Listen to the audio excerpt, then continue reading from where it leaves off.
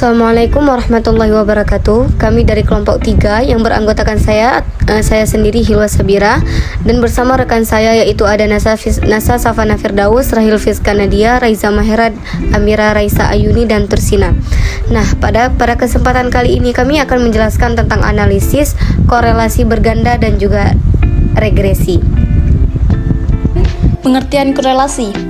Nah, korelasi adalah sebuah cara atau metode untuk mengetahui ada atau tidaknya hubungan linear antar variabelnya.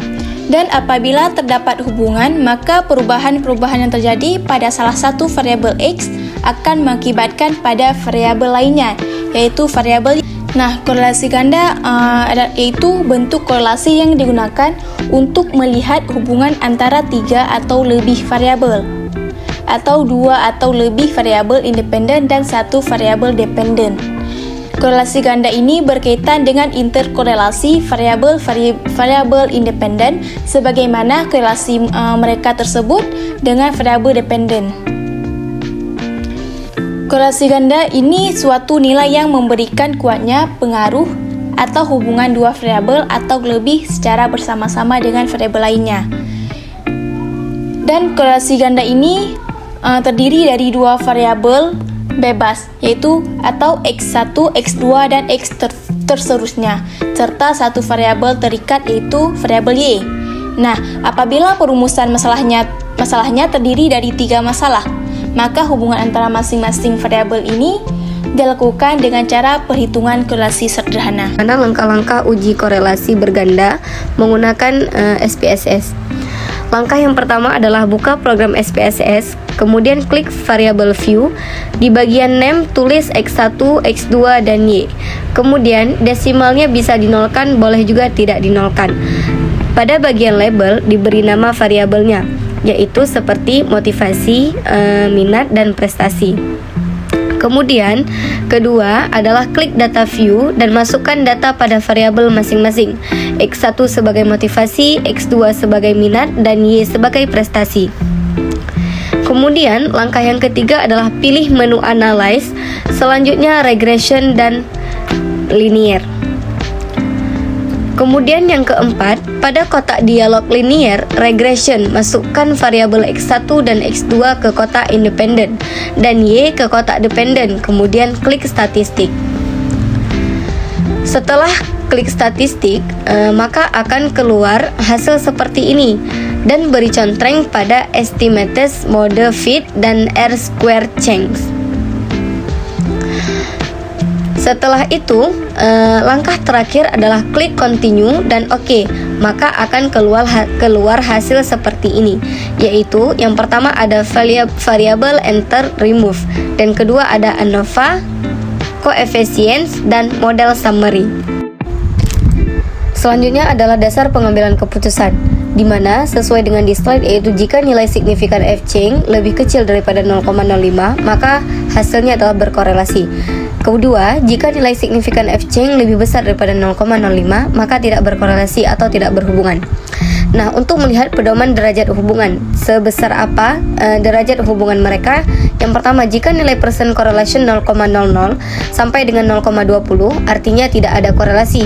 Jika nilai percent correlation 0,21 sampai dengan 0,40, maka korelasinya lemah. Nilai percent correlation 0,41 sampai dengan 0,60, korelasinya adalah sedang. Jika nilai percent correlation 0,61 sampai 0,80 adalah korelasi kuat. Nah, yang terakhir, jika percent correlation 0,81 sampai 0,100, maka korelasinya adalah sempurna. Baik, saya Rahil akan menjelaskan interpretasi data korelasi dari langkah-langkah yang telah kami kerjakan. Yang pertama, berdasarkan tabel model summary diketahui bahwa besarnya hubungan antara motivasi atau X1 dan minat atau X2 terhadap prestasi atau Y yang dihitung dengan koefisien korelasi yang ditunjukkan dengan nilai R. R di sini nilai koefisien korelasi sebesar 0,916. Hal ini menunjukkan pengaruh hubungan yang sempurna. Yang kedua, HA. Jika signifikan F-change lebih kecil dari 0,05, maka berkorelasi atau berhubungan. H0 jika signifikan fc lebih besar dari 0,05 maka tidak berkorelasi atau tidak berhubungan. Berdasarkan tabel model summary yang telah kami dapatkan dari analisis data, maka diperoleh nilai probabilitas atau signifikan fc sama dengan 0,000. Karena nilai signifikan fc 0,000 lebih kecil dari 0,05, maka keputusannya adalah HA diterima dan H0 ditolak. Artinya, antara variabel motivasi dan minat secara simultan dan signifikan berhubungan terhadap prestasi. Yang ketiga, dari tabel correlation dapat diketahui hubungan masing-masing antara variabel X1 terhadap Y dan variabel X2 terhadap Y. Nilai signifikan sebesar 0,003 lebih kecil dari 0,05, berarti HA diterima. Kesimpulannya, terdapat hubungan yang signifikan antara minat dengan prestasi. Begitu pula dengan nilai signifikan sebesar 0,003 lebih kecil dari 0,05, berarti HA diterima. Kesimpulannya, terdapat hubungan yang signifikan antara motivasi dengan prestasi. Yang pertama, besaran korelasi 0,782 lebih besar dari 0,05 berarti tingkat prestasi seseorang berkorelasi kuat dengan motivasi dan minatnya. 2. Pada angka keterangan signifikan two-tailed didapatkan angka probabilitasnya sebesar 0,03, maka ketiga variabel tersebut secara nyata berkorelasi dan dapat kita tandai dengan gambar bintang pada angka korelasinya. Yang ketiga, jumlah data yang berkorelasi dilihat dari nilai N. Karena data yang telah dianalisis tidak ada yang hilang, maka data yang diproses adalah 12. Untuk langkah-langkah mendapatkan tabel ketiga yaitu correlation yang berfungsi untuk melihat hubungan masing-masing antara variabel X1 terhadap Y dan variabel X2 terhadap Y. Langkah-langkahnya adalah yang pertama, setelah datanya terinput semua, maka klik menu Analyze, lalu klik Correlate, dan klik Bivariate. Selanjutnya langkah kedua, pindahkan semua variabel ke sebelah kanan. Selanjutnya klik Option, lalu beri tanda conteng pada kotak Mean and Standard Deviation dan klik Continue dan kemudian klik OK.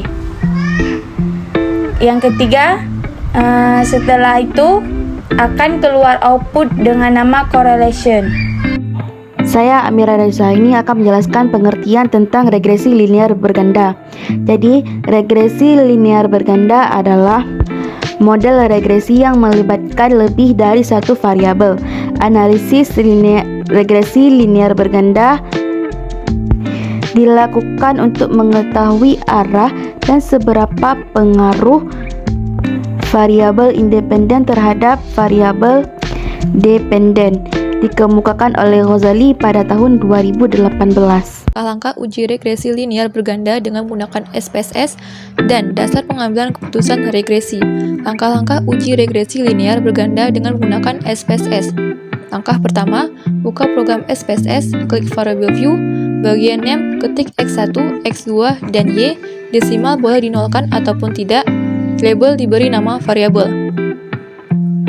Langkah kedua, untuk data view, masukkan data pada variabel masing-masing, seperti motivasi X1, minat X2, dan prestasi Y.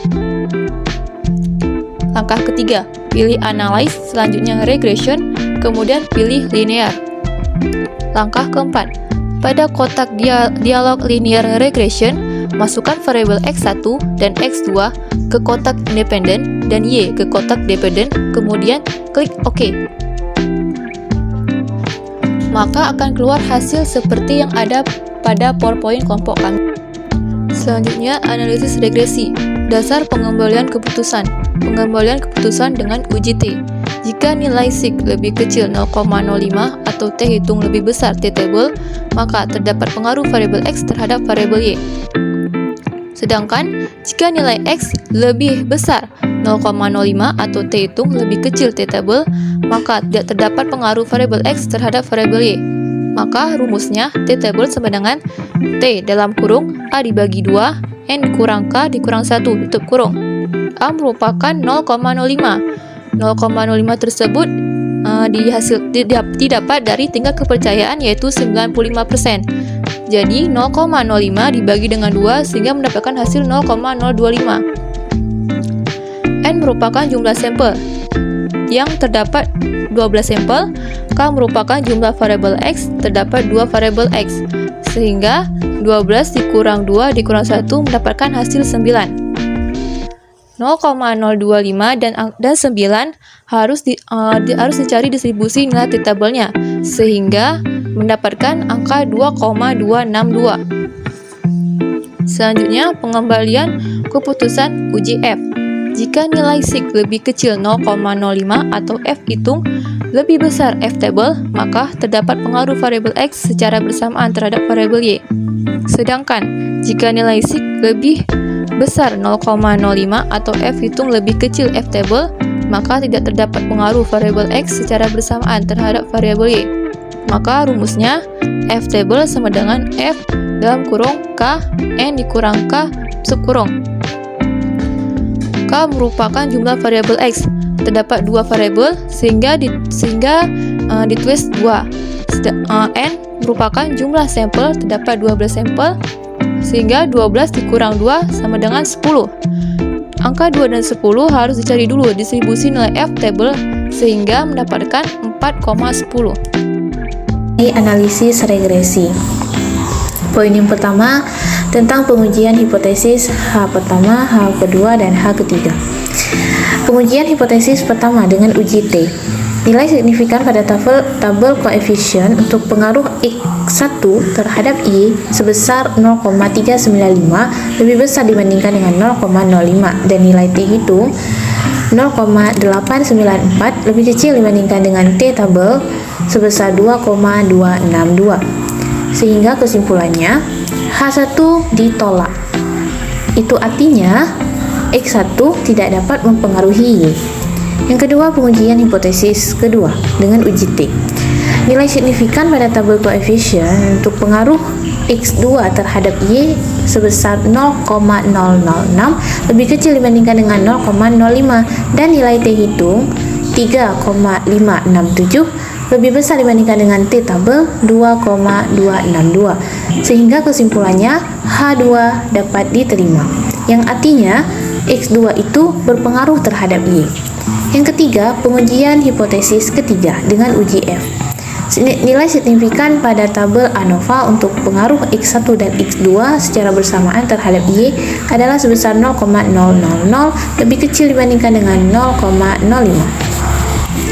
Dan nilai F hitung sebesar 23,450 lebih besar dibandingkan dengan F tabel sebesar 4,10. Sehingga kesimpulannya H3 itu dapat diterima, yang artinya X1 dan X2 secara bersamaan mereka mempengaruhi terhadap Y. Yang ketiga ada koefisien determinasi. Nah, telah kita ketahui nih nilai R-nya pada tabel model summary adalah sebesar 0,839. Oleh karena itu, pengaruh variabel X1 dan X2 secara bersamaan terhadap variabel Y adalah sebesar 83,9%. Finally, kesimpulannya adalah analisis regresi merupakan sebuah metode statistik dalam ilmu statistika yang digunakan untuk mengetahui hubungan antara variabel dependen dan satu atau lebih variabel independen.